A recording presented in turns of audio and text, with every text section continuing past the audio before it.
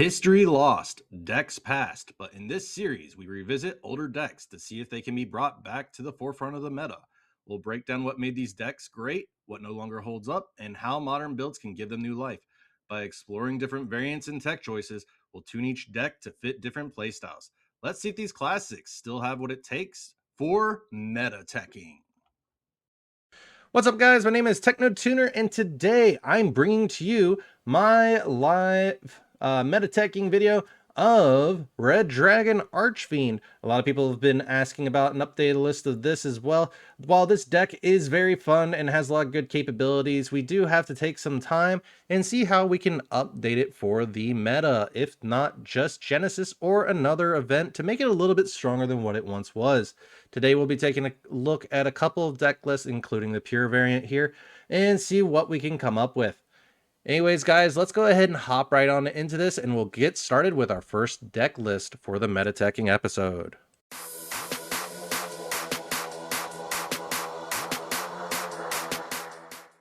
So, for the first one we're going to be taking a look at is pure Red Dragon Archfiend with think 3 or 4 slotted bestials or branded monsters in there. This deck is more of the pure aesthetic as you guys would like, where we're basically running the same deck list you guys saw as in the prior deck profile earlier this week, where it's 3 Bone Archfiend, 3 Soul Resonator, 3 Power Vice Dragon, 2 Earthbound Prisoner, Stone Sweeper, a Crimson Resonator, a Darkness Resonator, a Synchron Resonator, and a Vision Resonator, along with the pairing spells of Crimson Gaia, Resonator Call, Foolish Burial, Call by the Grave, and Crimson Call. Followed up by the traps of Branded Beast, Infinite Impermanence, and Red Rain. Now, what makes this deck so special compared to the rest? Well, this deck unto itself is Red Dragon Archfiend in its purest form, where we're allowed to go into our Red Dragon Archfiend cards as much as possible, synchro out our level 8 dragon monsters, but also set up some very fun interactions where we get to either pop monsters, pop back row, set up negations, further interactions, or basically summoning from banishment or getting a big 6k beater or higher out. What is some of the weaknesses of this deck that we have to look towards trying to fix? Well, one, in Genesis, this is way too heavily pointed. As you see here, we're at 367 points. So how would we fix this? Well, we'll be taking a look into that as well. But do note, even without the Genesis stuff, what are some other ways you could play this? You could play this via Elf Note, where if you have the Elf Note access, you can go into your level 8 plays pretty easily with a level 2 Resonator and a level 6 Elf Note. Or you can take your Soul Resonator or Bone Archfiend, increase the level of your Soul Resonator, and then go into a level 8 or level 7 with your Medius as well. Now, do note, while you do have further access in Elf Note to go through the Psyframe Omega lock, you do have other options as well, to where you can run Branded, where Branded allows you to run a small fusion package to allow you access to Fallen and the Virtuous, giving you further capabilities of board breaking, but also getting some procs off during the end phase to search for further interactions. But the one thing I will state here is the new support really does allow this deck to pop off in ways that it couldn't before. Being able to get additional summons, give it to where your Red Dragon Archfiend cannot be destroyed by battle, give it capabilities to play and recur around Nibiru through Fiend Peace Golem. You have further access through the Bestials to be able to get bigger bodies on board to allow you to go directly into your level 8 plays pretty easily. If not level 8s, then your level 10s as well. You can also use further access with some of these cards to further get interaction as well, such as Branded Beast to tribute and pop, Red Rain to banish all monsters on your opponent's board, if I remember correctly. Yep. And then make one of your higher level monsters unaffected by other cards' effects, except their own until the end of this turn. So basically turning it into a pseudo towers. While you do have further interaction through Droll and Lockbird, Ash Blossom, Ghost Ogre, Ghost Bell, this deck does have a lot to offer. We also do have the infinite impermanences, which I'm not going to really bring up because we do have further capability in the extra deck of popping cards through Kui Belt, negation through Zaylin and the Bestial Dissipator. We also have where we have Crimson Blade Dragon, the new Crimson King, wherever he is, over here, and Scarred Dragon Archfiend for interaction for either setting up a bigger monster, negation, or just being able to get destruction on board. We have some recursion of resonators through Red Rising Dragon, of course, but we also have the further capability of getting our Red Dragon Archfiend Dragon boss monster out onto the field pretty easily now, where Red Dragon Archfiend can hit board multiple times during the same turn to really get you some extra damage in. So, what are some things that I would change? Well, let's go ahead and hop right into it, and we'll start off with the Genesis lists, and I'll show you what we're working with.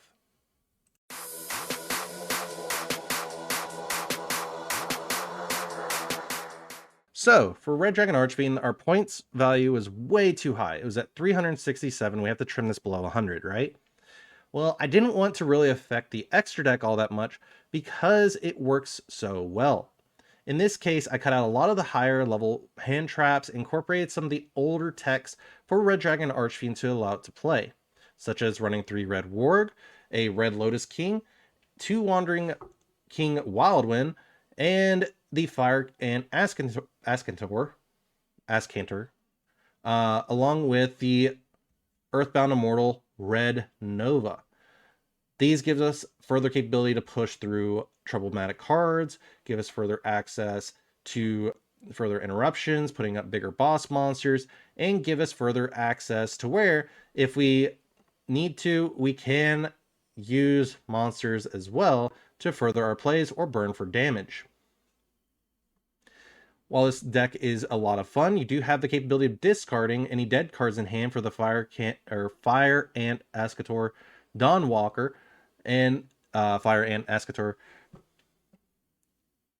combo. Basically, you just discard a dead card, summon that Dawnwalker to summon the Fire Ant from deck, getting you directly into your level 8 play right off rip, giving you further access. Now, while you can't go directly into the Crimson King, you can still go into things such as Scarred Red Dragon Archfiend, or the other level 8, which is just regular Red Dragon Archfiend as well. So that can get you a body on board pretty fast to start your plays.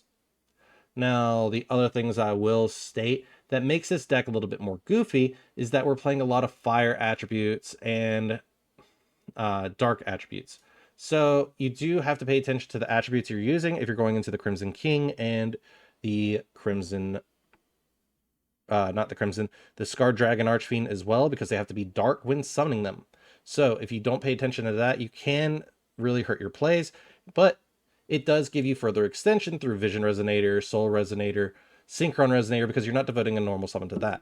Now, if you do go down the normal summon path, you can use Red Warg to get an additional to special summon this if it's a level 2 or lower to go directly into your other plays, such as Crimson Blade Dragon, which can further help you as well. The other one that you could do is Kui Belt to get a pop, but you still have access nonetheless. You also have where Wandering King Wildland gets you a little bit of recursion during your next turn, where during your main phase, except the turn this card was sent to the graveyard, you can banish this card from your graveyard, add 1 Fiend Tuner with 1500 less attack from your deck to your hand, getting you access to your Soul Resonator pretty easily. Also, if you control a Fiend Tuner with 1500 less attack, you can special summon this card from your hand. Special summon this way, you're basically just locked into synchros, but that doesn't really matter, because that's how this deck plays. Now, if you really wanted to, you could play Red Zone as well. You could also cut a few of these for an additional trap, but this deck works pretty well nonetheless if you're looking towards a more pure variant. Now, for those that are curious, why are we playing the Earthbound Immortal Red Nova? It's because it's very fun to utilize, because there can only be one Earthbound Immortal monster on the field. During the main phase, quick effect, you can banish this card from your hand or graveyard, send one Earthbound Immortal monster or Red Dragon Archfiend monster from your hand or face-up monster zone to the graveyard, then apply one of these effects. You can special summon Earthbound monster from your deck or extra deck, special summon Red Nova Dragon from your extra deck. So basically being able to cheat out your Red Nova. Where did he go? So you can get a bigger boss monster on board as well. Now, while this card is really funny, you can heavily utilize this card as well, because if it just allows you to cheat it out, or a Earthbound monster from your deck or extra deck, so you could cheat out another Earthbound Immortal Red Nova if you needed to. Because it doesn't specify it can't be Earthbound Immortal Red Nova either. Since the Earthbound Immortal Red Nova doesn't have the access or the problem of there has to be a field spell on the field to protect it, you do have that capability as well. So, do note that while this deck is very fun, you do have a lot of good capability here to go for board, or well, game, I should say. So just pay attention to how you're playing the deck and you'll do just fine. Now, for some cards that you can swap out, you can swap out the Ghost Bells and Ghost Ogres for any hand traps that fit within the point range, because once you get rid of them, you have already 24 points in just hand traps alone, but you can cut them to add additional hand traps that are slightly better, such as the Molcharmies, or effect failures, etc. I just wouldn't go anything for high costs, such as Infinite Impermanence, Ash Blossom, my goodness, or Droll and Lockbird, because that can eat up points pretty fast. You can also run more board breakers as well, such as Raigeki, Dark Hole, or other cards that can allow you to further play through problematic issues. Anyways, guys, that's all I got for the pure variant for Genesis. Let's hop right into our next variant.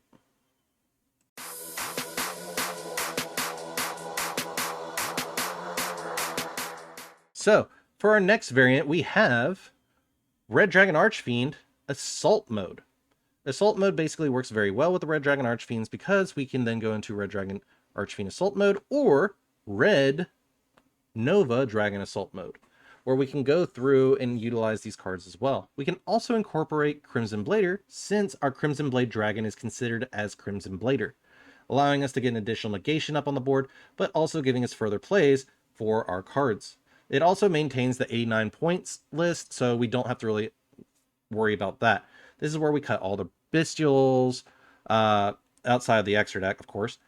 You can cut that if you'd like, because there's not many dragons that you can heavily utilize with that, but I still keep it in there in case I need the Crimson Resonator or Red Resonator or whatever that's a level 2 or lower, allowing me to go into that with a Red Dragon Archfiend.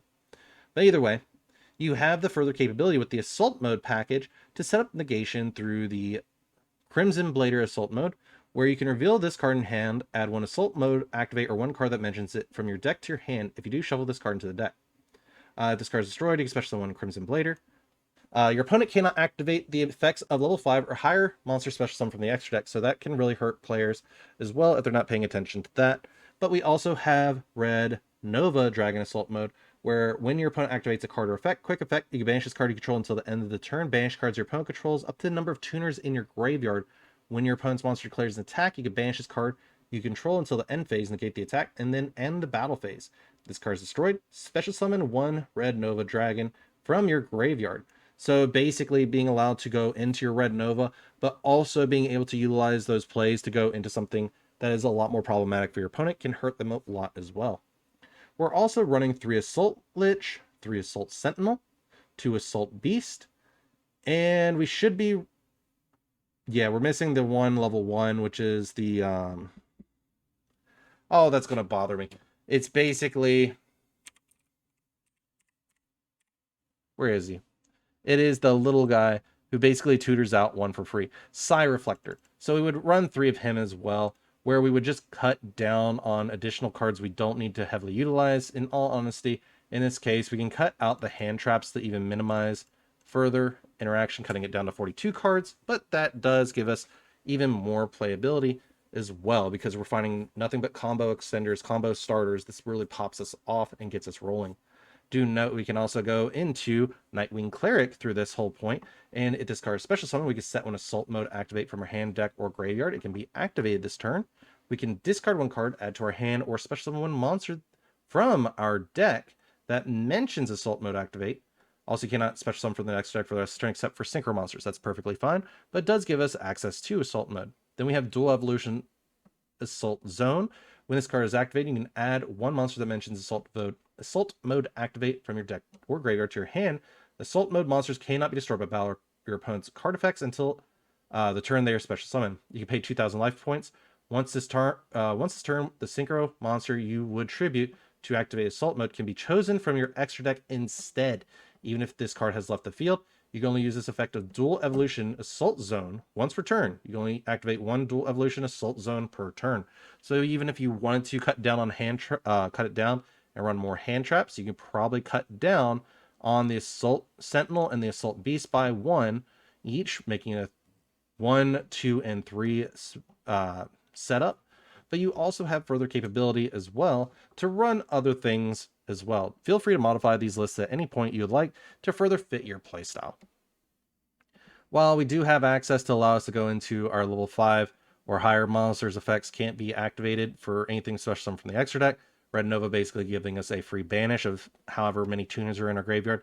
We do have that further access to really break apart our opponent's board with bigger beaters, but also utilize our synchro extra deck to further break our opponent's board as well. So while we do have that further capability, I would recommend in taking a look into this if you are looking for a different way to play Red Dragon Archfiend. Anyways, guys, that's all I got for today, but I hope you guys enjoyed this one. Let's hop right into our final deck list of Red Dragon Archfiend for competitive instead of just Genesis.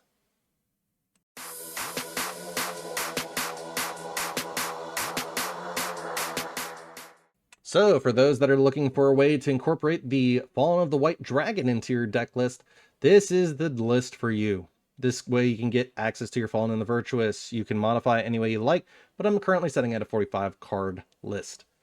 Basically, it's our regular Red Dragon Archfiend list. We're just incorporating 3 Fallen of the White Dragon, 1 Ecclesia, 1 Cartesia, 2 Albion, and 1 Ecclesia the Synchro Dragon in our extra deck. We're also incorporating 3 Fallen and the Virtuous as well, so we can get that further interaction popping off with Albion, but we also get the access with Ecclesia to allow us to continue on with our plays and utilize our monsters as needed. So do note, while we do have a lot of good plays and extenders, this deck does offer up a lot of good ways to get into your level 8s a lot easier and a lot more efficiently. While it allows you to go and play around with the whole aspect of Fallen in the Virtuous or Fallen of the White Dragon, being able to special summon it by sending one monster that mentions Fallen Albaz, aka Albion, to then get your Fallen in the Virtuous at the end step. You can go out, Fallen in the White Dragon, summon the Ecclesia, or Cartesia, but in this case we would do Ecclesia, of course, to then go directly, make sure. Nope, so it has to be Ecclesia, sorry. So summon your Ecclesia, go into your incredible Ecclesia, the Dark Dragon, and then basically banish this and special summon either a Fallen of the White Dragon, or you can summon your Blazing Cartesia if you really want to. In most cases, you will go back into your Fallen of the White Dragon, allowing you a dark monster to work with. So that's also not eating up your normal summon, that is just setting up some good synchro plays to further play around problematic cards, giving you that access to get into your Ecclesia the Dark Dragon, to banish it, summon another Fallen of the White Dragon for extension, but also giving you access to get through a couple hand traps your opponent may have. Do note that allowing you access to Bone Archfiend and Soul Resonator through normal summon or whatever can help as well. So basically the main combo would go Fallen of the White Dragon, reveal, send Albion, then summon the Ecclesia, synchro those two into the Ecclesia, the Dark Dragon. Dark Dragon banishes itself, summons another Fallen of the White Dragon. Then what you could do for your normal summon is normal summon Soul Resonator. Soul Resonator effect to add Bone Archfiend. Bone Archfiend then lets you send 1 card from your hand or field to the graveyard to summon itself, and then you can target 1 face-up monster as a level, send 1 Fiend Tuner from your hand or graveyard. If you do, increase that monster's level by 1, so you can send another Soul Resonator. To increase Soul Resonator's level, or decrease its level, and go into Red Rising. Or you can go into your Crimson King with the Fallen in the White, or Bone Archfiend. So thus giving you a little bit more access there, but you also then can take your next step in going even further. because you can special summon one Red Dragon Archfiend from your extra deck, but you don't have to do that. You can add one card that mentions Red Dragon Archfiend. So basically giving you access to your Vision Resonator to be able to summon it, and then utilize the Bone Archfiend and the Vision, go into the Red Rising effect to revive back the Soul Resonator or the Vision that you have in hand, or engraved now, and go into the other level 8, which would be Scarlight, or really your Scarred, which could really work as well, since you're locked into level 8 or lower monsters for the turn. In this case, you could also work in a Cyframe Omega if you really want to for hand ripping, but that is also another play that you can work on as well. Just note that is just an example of a line that you could do if you're looking to really incorporate this engine into the deck. Just do note that it can be a bit promiscuous, because that does mean off of a 1-card starter, you end up with utilizing 3 to 4 cards in hand. If not, you still do get to end on the Fallen and the Virtuous, plus a Crimson Gaia, plus a few other cards as well, because you've used Fallen the Virtuous or Fallen of the White in hand, plus the Soul Resonator if you have that in hand, plus Bone Archfiend, and discarding 1. So you've already went through 4 cards in hand effectively, even if you did add 1. So, and at end step you get Fallen and the Virtuous, which can even further help interact with your opponent to get further negation. Sorry for just going through the whole line here, guys. My brain works that way. Anyways, I hope you enjoyed today's videos, because this is all the decks I have prepped for this video. I hope you enjoyed. If you did, please feel free to leave a like and subscribe, and I'll see you all in the next one.